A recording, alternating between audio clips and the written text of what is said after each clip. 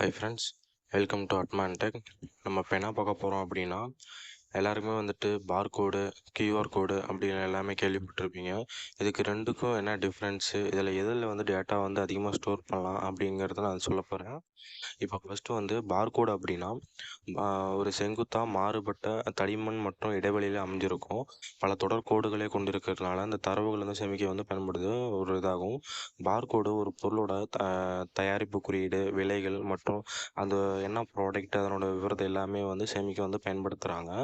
இந்த பார்கோடை வந்து universal product code 39 code 128 அப்புறம் வந்துட்டு யூரோப்பியன் ஆர்டிகல் நம்பர் அப்படிலாம் வந்து பல விதமாக வந்து இந்த பார்கோடை வந்து பிரிக்கிறாங்க.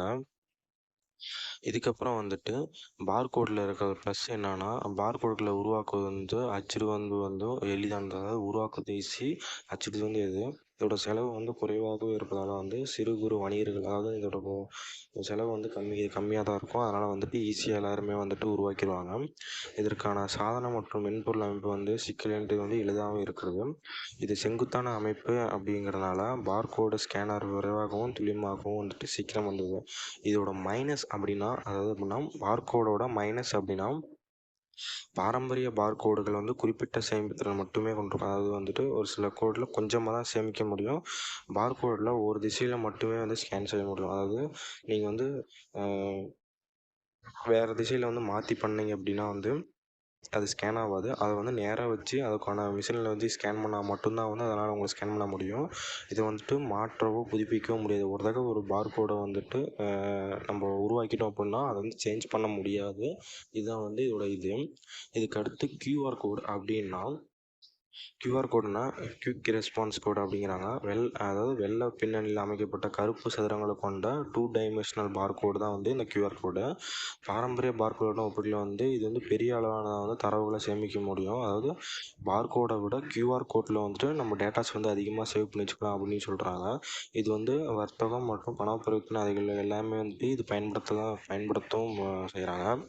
கியூஆர் கோடோட ப்ளஸ் என்னென்னா, இதில் வந்து அதிக தரவுகளில் வந்து நம்ம வச்சுக்கலாம். யூஆர்எல், உரைகளை, ஒரு ஃபைலு கூட, ஒரு வீடியோவை கூட நம்ம வந்து இந்த கியூஆரில் வந்து சேமிச்சுக்கலாம். ஆனால் ஏதாவது ஒரு பிழை ஏற்பட்டால் அது வந்து திரும்பி வந்து நம்ம மாற்றிக்க முடியும். நம்ம வந்துட்டு ஏதாவது இப்போ அந்த கியூஆர் கோடு வந்து எங்கேயோ ஒரு இடத்துல வந்து டேமேஜ் ஆயிருந்தாலும் மீதி இருக்க அந்த கியூஆர் கோடை வச்சு நம்ம வந்து ஸ்கேன் பண்ணி அதில் என்ன டேட்டாஸ் இருக்குன்னு வந்து இதில் தெரிஞ்சுக்கலாம். ஆனால் வந்து பார்கோடில் அப்படி பண்ண முடியாது. இதில் வந்து புதுசாக நம்ம ஏதாவது மாற்றம் பண்ணாலும் பண்ணிக்கலாம். கியூஆர் கோடோட மைனஸ் என்னென்னா, இது வந்து உருவாக்கி அதாவது உருவாக்குறது ஈஸி, ஆனால் அச்சிடுவது வந்து கொஞ்சம் கஷ்டம். இதுக்கு வந்து சிறப்பான மென்பொருள் மற்றும் எல்லாமே வந்து தேவைப்படும். இந்த ஸ்கேன் செய்யும்போது ஸ்மார்ட் ஃபோன் அல்லது ரீடர் தேவைப்படுவதால் சில பயனர்களால் வந்து வந்து கட்டுப்படுத்தப்படுகிறது. அதுதான் சொல்கிறாங்க. பார்கோடில் இருந்து கியூஆர் கோடுகள் எவ்வாறு வந்து வேறுபடுத்தலாம் அப்படின்னா, ஒரு கியூஆர் கோடில் வந்து அதிகமான தரவை வந்து சேமிக்கலாம் ஃபஸ்ட்டு. பார்கோடு வந்து செங்குத்தான கோடுகளை கொண்டதுனால, ஆனால் கியூஆர் கோடு வந்து இரு பரிமாணங்களில் அமைந்திருக்கனால நம்ம எந்த சைடு வேணால் வந்து ஸ்கேன் பண்ணி நம்ம வந்து இது எடுத்துக்கலாம். ஆனால் பார்கோடில் அப்படி பண்ண முடியாது. பார்கோடு வந்து ஒரே திசையில் மட்டும்தான் வந்து ஸ்கேன் பண்ண முடியும். கியூஆர் கோடில் எங்கேருந்து வேணால் பண்ணிக்கலாம். அடுத்து வந்து பார்கோடும் கியூஆர் கோடும் வந்து ஒன்றா அப்படின்னா இல்லை. ரெண்டுமே வந்து மாறுபடுது. ஒன்று வந்து சதுர வடிவில் இருக்கும், ஒன்று வந்து ரெக்டாங்கிள் ஷேப்பில் ஸ்ட்ரெயிட்டாக இருக்கும். நம்ம வந்து கியூஆர் கோடுகள் அல்லது பார்கோடுகளை ரீப்ளேஸ் வந்து செய்ய முடியுமா பார்த்தீங்கன்னா, முதல்ல வந்து கண்டுபிடிக்கிறது பார்கோடோட கியூஆர் கோடு தான் அதிகமான பயன்படுது. அதனால் வந்து ரீப்ளேஸ் செய்ய முடியாது. பார்கோடோட கியூஆர் கோடு வந்து நன்மைகள் அதிகம். எப்படின்னா, நம்ம பார்கோடில் கம்மி டேட்டாஸ் மட்டும் தான் பண்ண முடியும். கியூஆர் கோடில் நம்ம டேட்டாஸ் வந்து எவ்வளோ வேணால் வந்து சேவ் பண்ணி வச்சுக்கலாம். அப்படிங்கிறது தான் வந்து கியூஆர் கோடோட ஃபெசிலிட்டிஸு. கியூஆர் கோடில் வந்து ஆயுட்காலம் வந்து நீடிக்கும் தன்மை கொண்டது. இது வந்து 30% சேதமடைஞ்சாலும் நல்லாயிருக்கும். அதாவது பாதி போனாலும் மீதி இருக்க வச்சு நம்ம ஸ்கேன் பண்ணலாம். ஆனால் பார்கோடில் அப்படி பண்ணவே முடியாது. எனக்கான ஒரு சொந்தமான ஒரு கியூஆர் கோடை உருவாக்க முடியும்னா கண்டிப்பாக முடியும்.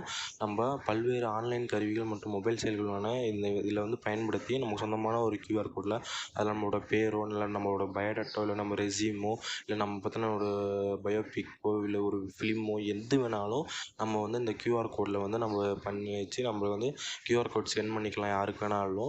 அவங்க அதை வந்து அக்சஸ் பண்ணிக்குவாங்க.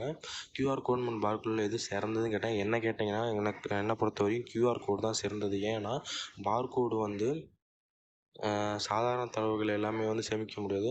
கியூஆர் கோடில் எல்லா இதுவுமே சேவ் பண்ணலாம் அப்படின்னால என்னை பொறுத்தவரைக்கும் கியூஆர் கோடு தான் பெஸ்ட்டு. உங்களுக்கும் இந்த மாதிரி கியூஆர் கோடெலாம் வேணும் அப்படின்னா நீங்களும் வந்து நெட்டில் ஆன்லைன் சர்ச் கொடுப்பாங்க.